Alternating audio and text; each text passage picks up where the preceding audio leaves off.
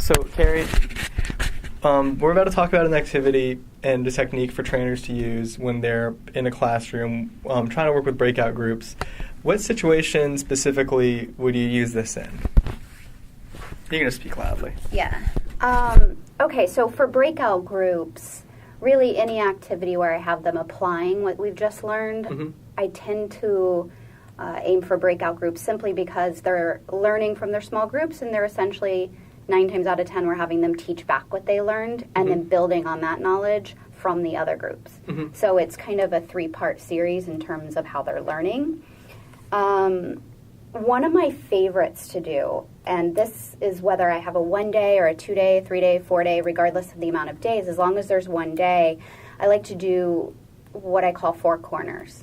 And when you do 4-corner breakouts, you're establishing the 4 corners of the room.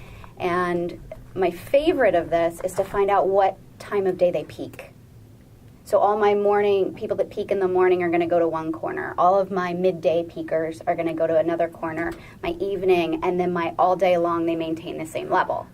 What this does is it tells me as a facilitator right away who I'm going to call on throughout each interval of the day and who I'm going to lean on to help build up the other groups. Now, this takes a little bit of me thinking and kind of getting that kind of visual memory of who's in what corner and how we're getting organized. And that serves well as you move through the rest of the program. And that's just the one I start with. Yeah. And then you can do it, according to anything from like favorite season, or you can do it according to the content and have them align. If I'm doing designing learning and we're talking about, for instance, the ADDIE model, we're going to say everybody's interested in evaluation, but now you have to align in 4 corners according to analysis, design, development, and implementation, where you think your area of opportunity is. So it's forcing them to prioritize where they're going based on the learning that's ahead of them. That's smart. So it's tied back to the content. That's really brilliant, actually. So it's kind of like if you have a bucket and it's 4 or 5 concepts. Like, for instance, if I'm going to reiterate this to you to understand, say you're in a call center and everyone knows the basic product, and you've covered that. It's like you all came here to learn the product. Now we're going to learn how to communicate over the phone, how to communicate on tickets, how to communicate on chat, which one you're most interested, or go to that corner. And like there's a 3-way version. Absolutely. Okay. Then you start to go, okay, everybody's interested in the ticket. So that's an area of opportunity. We might spend a little bit more time there. Yeah.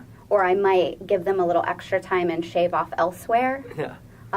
It allows you to flex in the moment and prioritize what their needs and interests are. Yeah. Which inevitably makes for them to feel more comfortable, for them to be more interested and engaged. So, yeah, I leverage that a lot. Oh, totally. Gets them on their feet. And they kind of, that's why you got to throw in something fun, like what's your favorite season, just to, the unexpected, and get them talking as well. That's awesome. Yeah. I think that's perfect. I actually think that's like exactly what we're looking for. Yeah. So let's do our next one. Okay. Would you feel comfortable with kind of that executive icebreaker moment? So, Carrie, you're facilitating a training session, and you walk in first thing in the morning, you start your thing, and it's tense as a knife, and you've got to start getting people to participate, join in, and for whatever reason, maybe it's changed at the company or something, a lot of tension in the room, maybe people don't know each other, so people are nervous. You want to do an icebreaker to get them going, to get the kind of the discussion going, make people feel more comfortable, but you don't want a room of executives to feel like you're talking to them like a grade schooler. What do you do there? Yeah, I'm not going to walk in and say everybody line up according to your favorite concert. Like, it's just, they're executives. When you're dealing with C-level execs, they're interested in efficiency and they're interested in purpose. And so thinking about how to take those 2 things into account and let that drive what you're doing. I typically, with that audience, will, and this is twofold. I'll give you one example that's specific to content and one that's more broad. But specific to content, for instance, if this is some kind of change management or leadership, or there's even a resolution that needs to come out of this training and there's a conflict involved, at that point, it's about sometimes allowing them to leave all of that behind as they move forward with an open mind. And so what I'll do is I'll have them all grab a Post-it off the table right out of the gate before we've even introduced each other. Grab that Post-it, and I tell them, write down why you think this training won't work. And they're always shocked because it's so what they're thinking in that moment. They'll write it down, and then I open the door to the room. I have them throw the Post-it outside, wad it up and throw it outside of the room. And then I'm like, great, so for today, if we can just agree that we're going to let that exist out there, and if at the end of the day you want to walk outside and pick it back up, you're free to do that.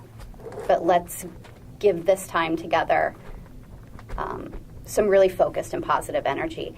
And it allows them almost the permission to let go of whatever they brought into the room.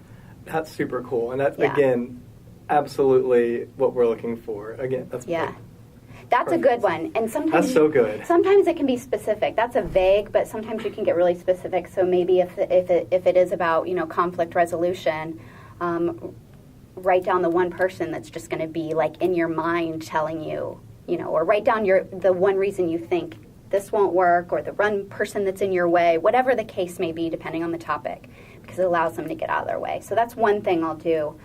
And then let me think here. What else do I? Yeah, I think too, helping them, and this is something that we do in all of our ATD programs, which I think is absolutely brilliant, is having them prioritize their learning for the day. So here's our objectives, and what are you most focused on? Because I find no matter what level of learner, when they're done with the course, that's something that resonated for them, is at the very beginning of the day, they were forced to prioritize their own learning. Yeah. They were making that decision. It was self-directed, and if they listened to nothing else, they listened to that one section and got a takeaway. So it really kind of helps them also point to that timeliness and that purposefulness, and they know, like, hey, I'm going to get something out of this, and then they start to be a little more open. That's awesome. Once I gain the respect from them and the trust that this is a safe space, I read the room and I may throw in something fun later, but it's definitely not happening in the front of the day. Because they're going to think it's a waste of time. It's exactly, or they're going to think it's what they thought training might be. If it's fun and silly right out of the gate, they want it to be. Yeah, you want it to be like buttoned up, and then you can loosen up over time. Yeah, efficiency and purpose. That's awesome. So that kind of gets these kind of have my ideas flowing a little bit. I'm going to try one more. Sure. A common issue just has to be, like I've seen it at our conferences, at ICE, it's a big deal. It's a 3-day training session, and it's like a full-day thing. And it's intense. People get fatigued. I mean, look at, I'm there like at ICE, and I'm taking notes the whole time, and it's exhausting. So if you're in kind of a longer course, and you feel like people are really getting fatigued at the end, what do you do to keep them engaged? What do you do to keep them from just tiring out so much? Do you manage it over time, or do you intervene like on that last day? And if so, how do you do that specifically? Well, there's a lot that goes into that, believe it or not, and it's not always in the moment. So let me take 2 examples, because there's programs like Training Certificate, right, where you've got a learner who is looking to fill their toolbox with all sorts of ideas.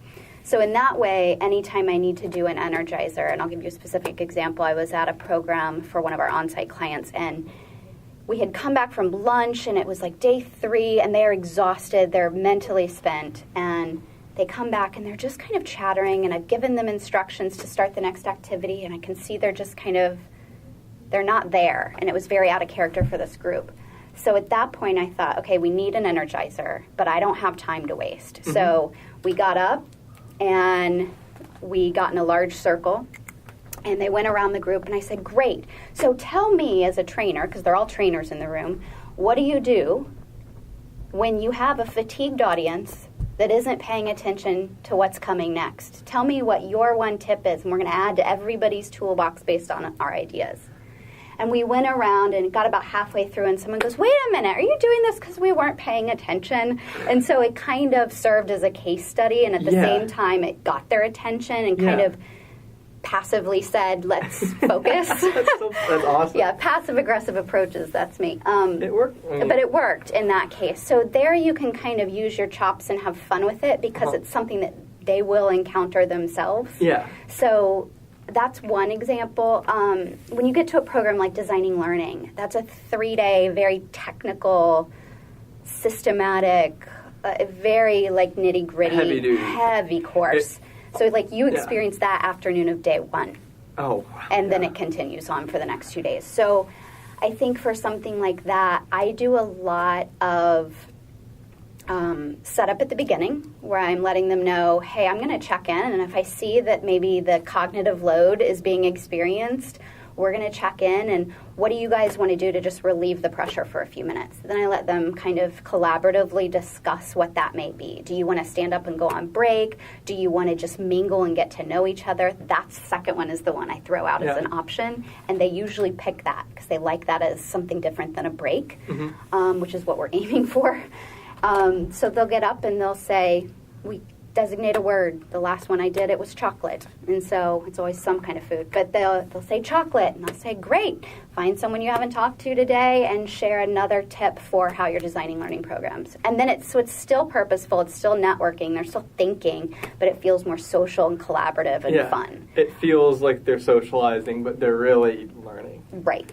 And getting re-energized. Right. And sometimes I'll take that, but I set it up in the beginning, so I've got their buy-in. Yeah. They've picked the word, they've picked how they're going to spend that energy, and then they're more open to doing that as opposed to me going, let's just do an energizer, which I do as well. Yeah. But sometimes in a 3 and even 4-day program that becomes predictable, and they check out. So that you've makes got to. sense. It's like almost you want to keep them on their toes or have them do things without, like feeding a kid their vegetables by putting it in their meat. Exactly.